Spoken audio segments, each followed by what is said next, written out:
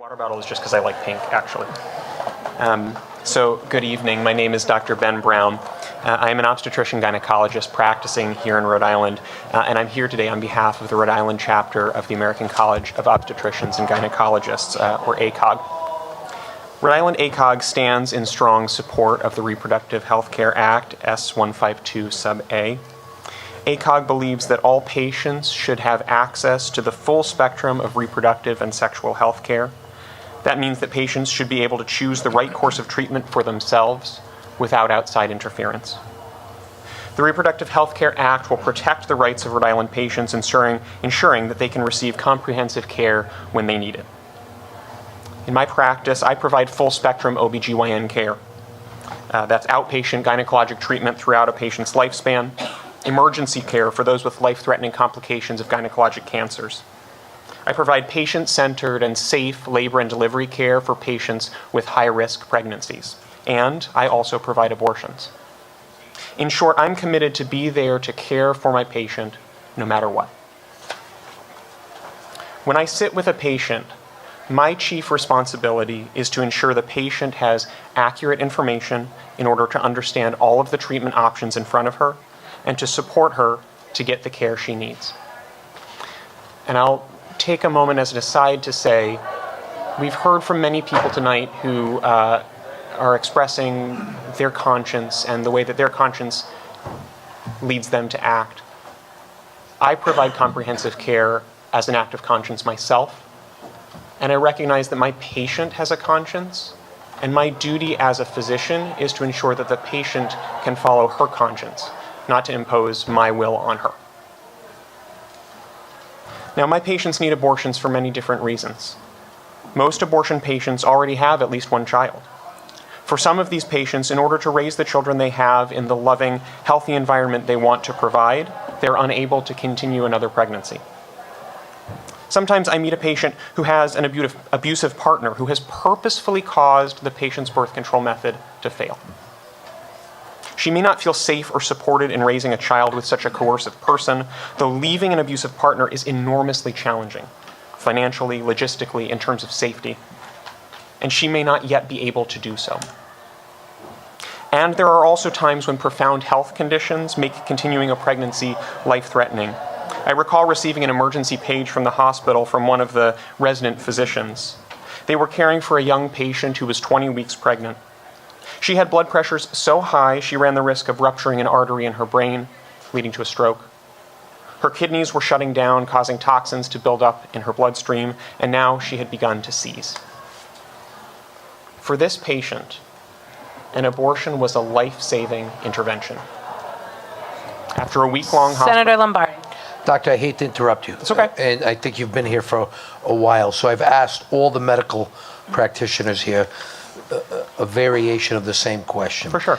On page 2 of the proposed sub-A, the language reads, the termination of an individual's pregnancy after fetal viability is expressly prohibited, except when necessary, in the medical judgment of you, the physician, to preserve the life or health of that individual. So I want to pose the same psychological health issue that we've posed all night long.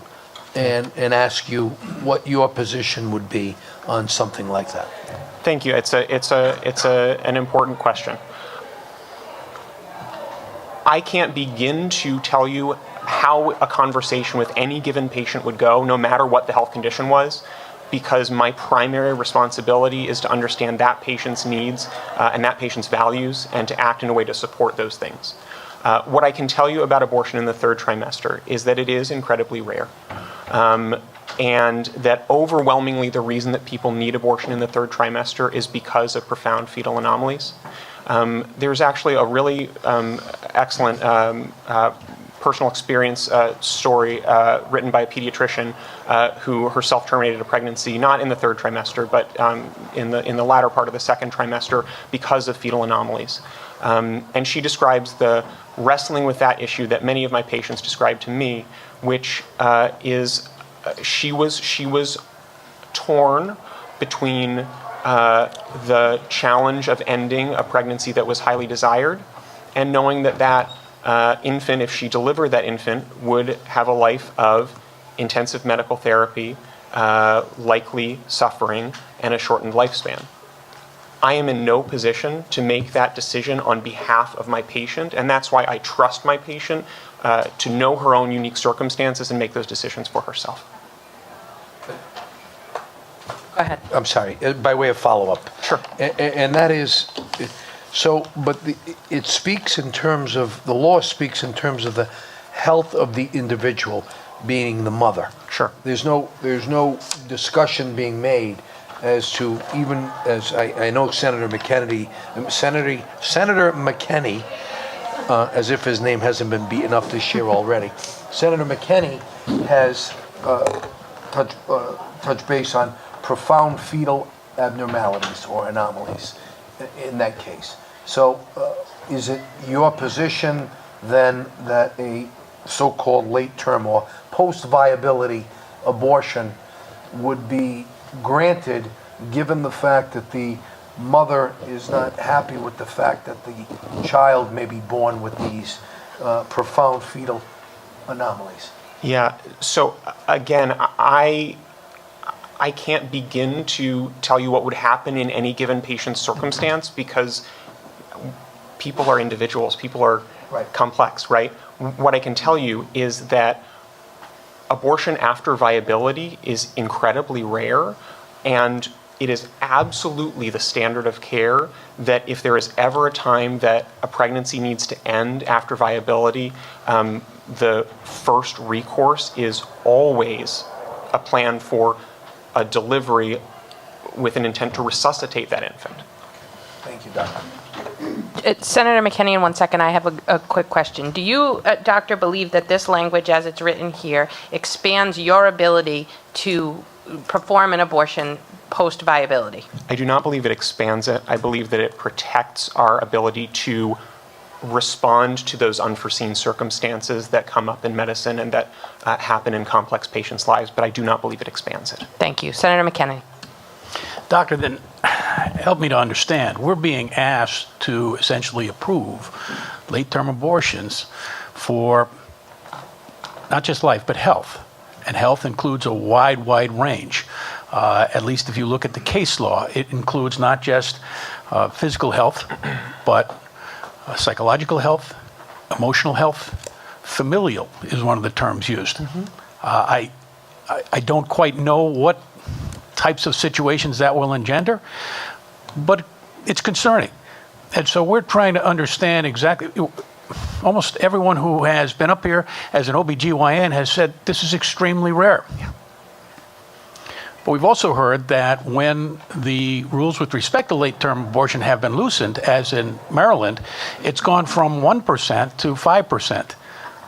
And so we're not looking to make that necessarily something that's done more frequently. And we're certainly not looking to do it, it seems to me, in situations that could arise based on mere convenience or based upon someone who has a temporary anxiety. And we had a couple of physicians who said very clearly that in that situation, good medical practice is to take care of the anxiety, take care of the emotional or the psychological problem. Absolutely. And yet we're being asked to, in effect, create statutory law that would enshrine the ability, based upon that temporary anxiety, to have an abortion of a viable fetus. Well, Does that comport with your understanding then of good medical practice? It sounds as though it doesn't. So what I can speak to, I was just saying before that I find the law quite fascinating, and there's a part of me that wants to go to law school, but I think I'll stop at the training where I'm at. So I'm not a lawyer. I can't speak to whether we're creating new statutory law or not. That's not my area of expertise. But I only ask you, what's good practice, and does that comport with good practice?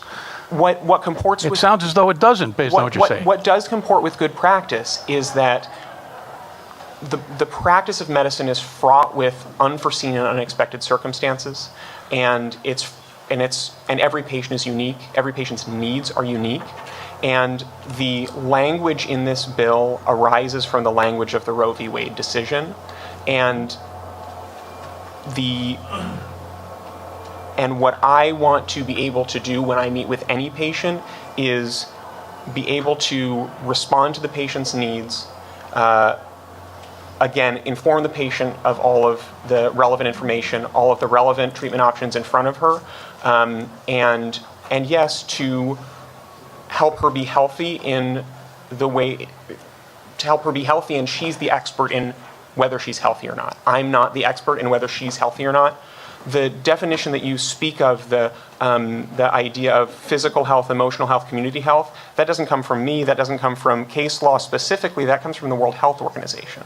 So the point that I'm trying to make is that my job as a physician is to be able to be there for my patient. It is to, like I say, if there's a medical complication in later pregnancy, our first recourse is always to do a delivery. But it's important to me that we be very clear that we are here to protect the patient's health, and we're here to help the patient follow her own conscience and follow her medical decision making as best we can. Thank you. Did you complete your testimony? I did not. Okay. It's not too much more. Thank you. So I want to point out that this patient who I was just describing, who had a life-saving abortion, she had a week-long hospital stay. She had time in our intensive care unit and on labor and delivery, but ultimately she walked out of the hospital safe, healthy, and in the company of her family. It is because abortion care is so vital to all of these patients that ACOG clearly and unequivocally supports policies to ensure access to comprehensive care and opposes interference in the doctor-patient relationship. Patients' options should not be restricted by people who have not met the patient and are not involved in the heartfelt, nuanced discussions that a doctor and patient have before selecting a course of treatment. We trust physicians to work with patients ethically and earnestly in all other areas of medicine. This area of medicine should be no different. The Reproductive Health Care Act will codify the right to comprehensive care for all Rhode Islanders, and so I urge you to support the Reproductive Health Care Act. Thank you. Thank you, Doctor. Senator Lombardi. Doctor, one last question. How would tomorrow be any different if we don't pass this legislation? My concern is not for tomorrow, it's for when one of those 16 cases gets to the Supreme Court. I'm not convinced that the court would vote to, or would decide to uphold the principles of Roe v. Wade. And my concern is that all of a sudden, access to abortion could become extremely restricted in Rhode Island. And while it is true that the legislation we are debating today is, in some ways, in that regard, a preventive bill, my patients don't have a legislative cycle to wait if Roe v. Wade is overturned. There will be real patients who are in my office who can't get the care that they need, and that's unacceptable to me. You done, Senator Lombardi? Yeah, Senator Raptakis. I just want to make a comment, sir. The legislative cycle here in the General Assembly is probably less than a year.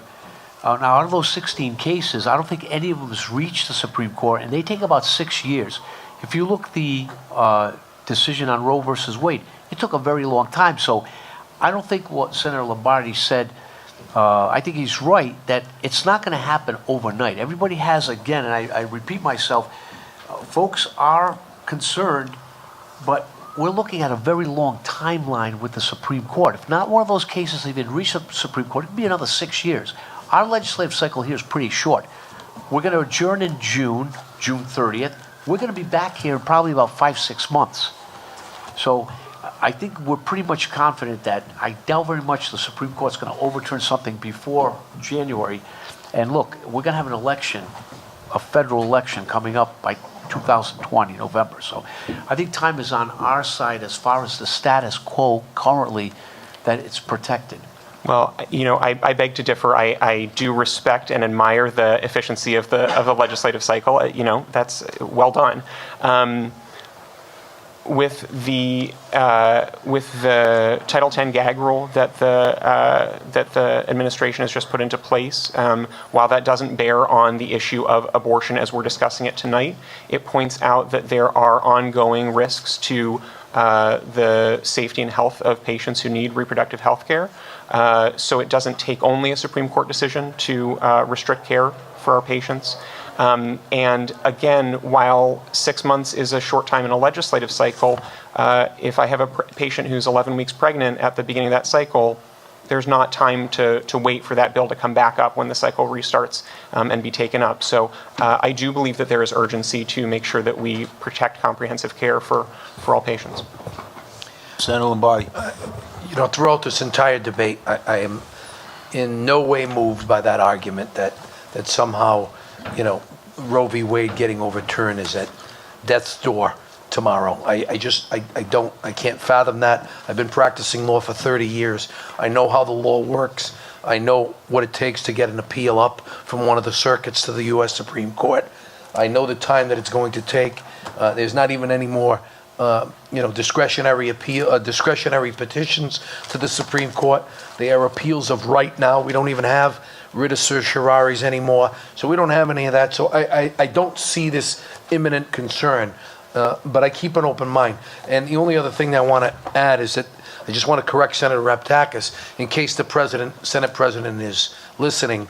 We're not adjourning June 30th. I hope we get out of here before June 30th and June 15th. Well, fair point. Thank you, Senator. Doctor, I have a comment. Sure. You had mentioned in your testimony that you support fully Roe v. Wade, and by supporting this legislation, we'll be able to codify that as a state. It'll help you to do your job. Is that a fair enough characterization of I what would you say so. said, right? As Chairwoman had asked you a question earlier about whether or not the language on the second page about the fetal viability, post-viability for an anomaly is an expansion of the Roe v. Wade decision. And you had said you didn't believe that was an expansion, it just enabled you to do your job. Is that fair enough? I want to put it into your context. Yes, I believe that's fair, yes. Yeah, so you do know that this language about post-viability and the ability to, within that language, through a physician and your client, terminate a pregnancy is not part of the Roe v. Wade decision. I'm being overly simplistic for a reason. You do understand that, right? That's not up for debate. That's a fact. So that is not my understanding. Yeah. Again, you're a lawyer and I'm not. So you can show me and correct me if I'm wrong. My understanding is that's a fact. It's not part of Roe v. Wade. So therefore, it follows, using simple logic, that is an expansion. It is an expansion, respectfully. And I'm not focusing on you individually. I just want to make a point because I'm sitting back here listening, and that's not part of the original decision of Roe v. Wade. And as I'm listening and things are going through my mind, Sure. I want to make sure I have things in their proper order of understanding. I appreciate your testimony. Yeah. Thank you. Thank you. Ma'am, you may proceed. May I briefly just sure. respond to that? Sure. So and I appreciate that, and I'm, as I say, as much as there's a whisper in my ear that law school sounds like a good idea, I'm not a lawyer, and so I appreciate your legal expertise. What I was attempting to do in that comment was to speak to what I see as the practice of medicine under this language versus the status quo, the language in this bill versus the status quo as it is today. And I don't see the practice of medicine changing across those two because regardless of that language or the current status quo under federal law and in Rhode Island, as I've said, the first recourse at any point, if there's a life-threatening or severe health condition in the third trimester of pregnancy, right, is to deliver and treat both patients. You're very passionate about what you do. I appreciate your testimony. Thanks, Thank sir. you.